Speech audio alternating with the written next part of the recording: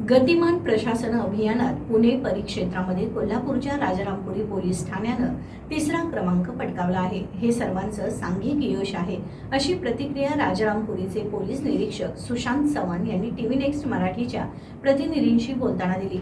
मुख्यमंत्री देवेंद्र फडणवीस यांनी कार्यभार स्वीकारल्यानंतर 100 दिवसात गतिमान प्रशासन करून सर्व प्रलंबित कामाची निर्गत लावून सामान्य नागरिकांना राज्य शासनाच्या विविध खात्यांकडून तातडीनं आणि अधिकाधिक चांगली सेवा मिळावी या हेतूनं गतिमान प्रशासन 100 दिवस अशी मोहीम राबवली होती। या अंतर्गत पोलीस ठाण्यांना दिलेल्या विविध निकषांच्या आधारे राजारामपुरी पोलीस ठाण्याच्या वतीनं सांगितलेली कामं सर्वांनी वेळेत पूर्ण केले। यासाठी जिल्हा पोलीस प्रमुखांचं सर्व वरिष्ठांचं वेळोवेळी मार्गदर्शन मिळालं, त्यामुळे हा बहुमान मिळाल्याचं सुशांत चव्हाण यांनी सांगितलं।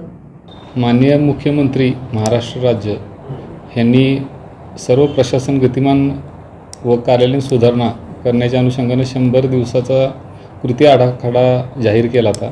त्यामध्ये काही पॅरामीटर त्यांनी सर्व शासकीय कार्यालयांना सेट करून दिले ते, जसं की सुकर जीवनमान असेल, नागरिकांना द्यायच्या सुविधा, पोलीस स्टेशनला असलेली पेंडन्सीची निर्गती, पोलीस स्टेशनची स्वच्छता, या सगळे पॅरामीटर्स त्यांनी आखून दिले होते आणि त्यामध्ये आपण काम करून लोकांना जास्तीत जास्त सुविधा दिल्या। पोलीस स्टेशनची स्वच्छता केली, जुने अभिलेख नाश केले, त्याच्यानंतर जास्तीत जास्त ॲप्लिकेशनची निर्गती केली, गुन्ह्यांची निर्गती केली आणि ह्याचा सगळा सविस्तर अहवाल आपण पाठवलेला होता।